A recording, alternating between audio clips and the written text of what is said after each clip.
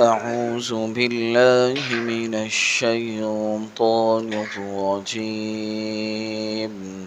بسم الله الرحمن الرحيم.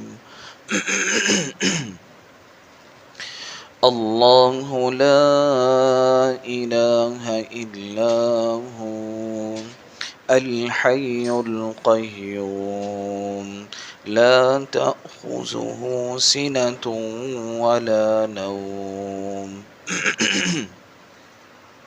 له ما في السماوات وما في الأرض من ذا الذي يشفع عنده إلا بإذنه يعلم ما بين أيديهم وما خلفهم ولا يحيطون بشيء من علمه إلا بما شاء وسع كرسيه السماوات والأرض ولا يؤوده حفظهما وهو العلي العظيم.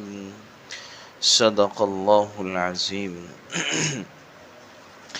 اللہ تعالیٰ کا فرمان ہے اللہ لا الہ الا ہو، کہ اللہ وہ ہے جس کے سوا کوئی معبود نہیں. الحی، وہ ہمیشہ زندہ ہے. القیوم، اور وہ ساری کائنات کو سنبھالے ہوئے ہے. لا تأخذہ سنہ ولا نوم، نہ اسے اونگ لگتی ہے اور نہ ہی اسے نیند آتی ہے. لہ ما فی السماوات، اسی کے لیے ہے جو کچھ آسمانوں میں ہے وہ بھی، وما فی الارض، اور جو کچھ زمینوں میں ہے وہ بھی، سب کچھ اسی کے لیے ہے، سب پر اسی کی بادشاہت ہے. من ذا الذی یشفع عندہ الا باذنہ، اور کون ہے اس کے حضور اس کی اجازت کے بغیر کسی کی سفارش کر سکے. یعلم ما بین ایدیہم وما خلفہم، اور وہ تمام بندوں کے اگلے پچھلے سارے حالات کو جانتا ہے. ولا یحیطون بشیء من علمہ الا بما شاء، اور لوگ اس کے علم کی کوئی بات اپنے دائرے میں نہیں لا سکتے سوائے یہ جو وہ خود چاہے. وسع کرسیہ السماوات والارض، اس کی کرسی نے آسمان اور زمین کو گھیرے ہوئے ہے.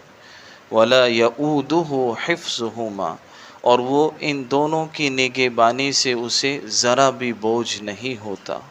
وَهُوَ الْعَلِيُّ الْعَظِيمُ، اور وہ اللہ کی ذات عالی مقام ہے، عظیم، صاحب عظمت والا ہے. آج جو میں نے آپ کے سامنے آیت تلاوت کی ہے اسے آیت الکرسی کہا جاتا ہے، اور یہ آیت کتاب اللہ کی افضل ترین آیت ہے. جیسے اللہ کے نبی کا فرمان ہے کہ آیت الکرسی قرآن کی تمام آیتوں کی سردار ہے. ایک صحابی نے حضور سے پوچھا یا رسول اللہ سب سے فضیلت والی آیت کون سی ہے؟ تو آپ علیہ السلام نے یہی جواب دیا کہ آیت الکرسی، کہ یہ آیت تمام آیات میں سے، جتنی بھی قرآن میں آیات ہیں ان میں سے سب سے افضل ترین آیت ہے.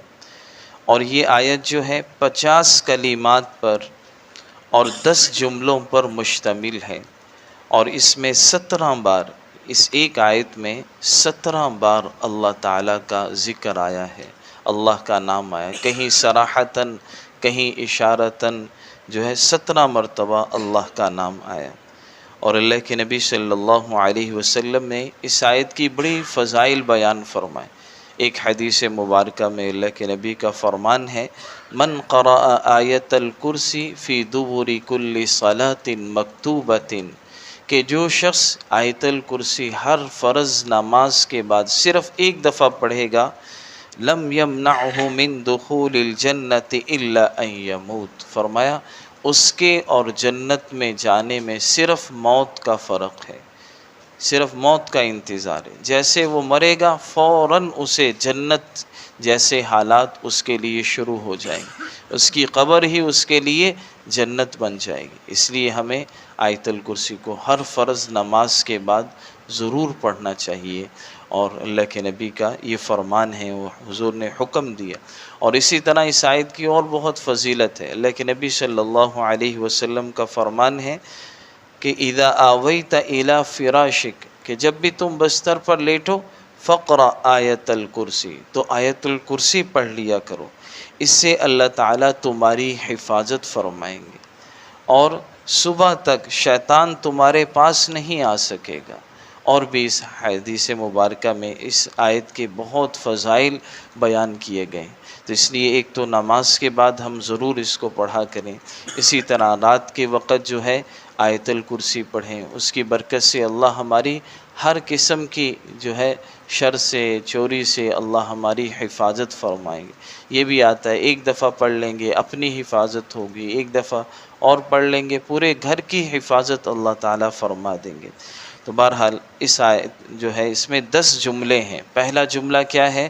اللہ لا الہ الا ہو، کہ اللہ وہ ہے، اس کے سوا کوئی معبود نہیں ہے، وہی معبود برحق ہے، وہی خالق ہے، وہی مالک ہے، وہی رازق ہے، وہی اسی لائق ہے کہ اپنی پیشانی اس کے سامنے جھکائی جائے، اور دنیا میں کوئی ایسا نہیں، کوئی ایسی جگہ نہیں کہ جس کے سامنے ہم اپنی پیشانی کو جھکا دیں۔ اور آگے فرمایا الحی، دوسرا جملہ کیا ہے؟ الحی القیوم۔ الحی معنی جو ہمیشہ سے ہے، لم یزل حیا لا یزال قیوم، جو ہمیشہ سے ہے اور ہمیشہ رہے گا، وہ ایسا هو الاول، وہ ایسا پہلا ہے، فلیس قبلہ شیء، کہ اس سے پہلے کچھ نہیں تھا، وہو الآخر، وہ ایسا آخر میں رہ جانے والا ہے، فلیس بعدہ شیء، کہ اس کے بعد بھی کچھ نہیں ہے۔ القیوم، خود بھی قائم اور ساری کائنات کو سنبھالے ہوئے ہے، ساری کائنات اسی کی وجہ سے چل رہی، یہ چاند، سورج، دن، رات، یہ سارے نظام اللہ نے طے کیے ہوئے ہیں، اللہ کے چاہنے سے ہی یہ چل رہے ہیں۔ اب یہ کہ سوال ہو سکتا ہے کہ شاید اللہ تعالیٰ اتنے بڑے نظام کو چلا رہے ہیں، تھک جاتے ہوں، آرام کرتے ہوں۔ فرمایا لا تأخذہ سنۃ ولا نوم، تیسرا جملہ یہ ہے، فرمایا اسے نیند تو دور کی بات، اسے اونگ بھی نہیں آتی، یعنی اونگ جو نیند سے پہلے آدمی کو ہلکا سا جھٹکا لگتا ہے، فرمایا وہ بھی اسے نہیں لگتی، اور نہ ہی اسے نیند۔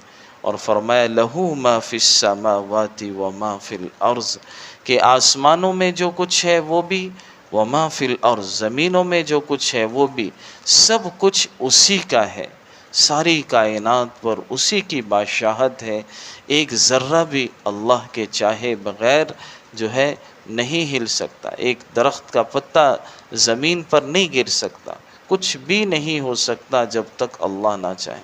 آسمان، زمین، اوپر نیچے، تحت الثری، آسمان سے اوپر، سب پر اسی کی بادشاہت ہے، اسی کا حکم چلتا ہے۔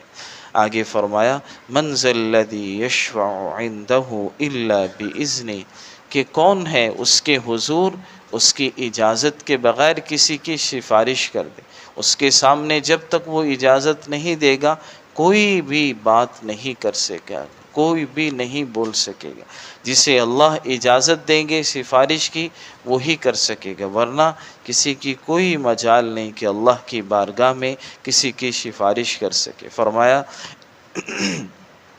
یعلم ما بین ایدیہم وما خلفہم، وہ لوگوں کے اگلے اور پچھلے تمام حالات کو جاننے والا ہے۔